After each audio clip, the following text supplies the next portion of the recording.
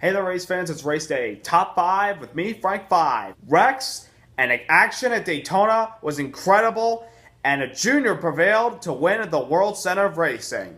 But it's not who you think it is. Number 1, Ricky Stenhouse Jr. with his second win of his career, second win on a restrictor plate, but first at Daytona. Everybody's been talking about when is Ricky Stenhouse Jr. going to win at this year and past few years. When is he going to win? When is he going to win? When is he going to win? Well, he got it done at Talladega earlier this year, and he did it last night in a wreck fest at Daytona. And he just basically said at the end, America, we are the champs, 1776, when we earned our independence. We are the champs.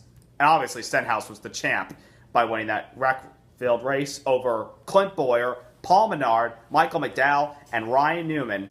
Number 2, Chase Elliott started on the outside pole, led the first few laps, and kind of got, being in the back, worked our way to the front, worked to the back to the front, got knocked around by Michael McDowell in the grass, but didn't damage the car too bad. Worked away to the front, then got spun the last lap, finished 22nd. I mean, I really, don't care much about the finish because he kept the fender, most of the car clean the night. And he still finished the race, so, just going to Kentucky. We still have good points, so 86 points, it's better than nothing right now. Number 3, Dale Earnhardt Jr. in his final race at Daytona started on the pole, led one lap, was really good early on, and then he got knocked into the wall by Menard, who finished third. And that put him 2 laps down.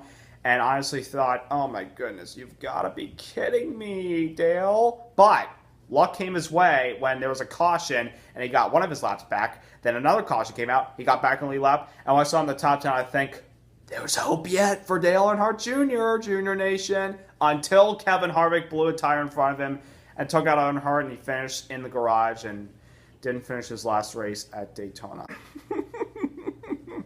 Although, at the end of the race, he signed his hat for a young race fan, and that's pretty special. I hope this isn't Junior's last race. They say it is, but there are rumors that he may run the Daytona 500 next year as well as the Clash, so keep your fingers crossed, Junior Nation. This might not be the last time you see him in a Cup car at Daytona.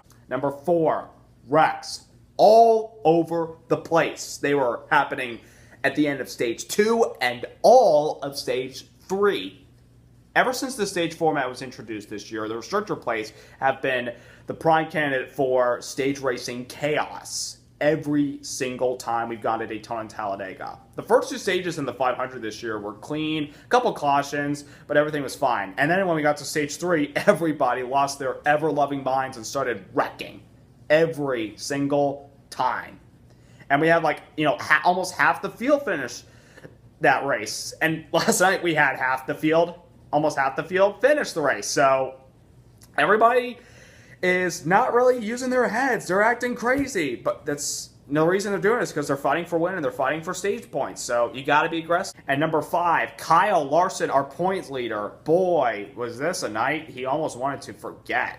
Was really good in the race. And then all of a sudden, with a few laps to go when he was in contention for the win, got knocked by the winner Stenhouse into the wall, coming to the start-finish line with almost 10 laps of racing to go, and got a little air, almost reminiscing of 4 years ago in his Xfinity crash at Daytona when he hit the catch fence, and 14 fans were injured in the process.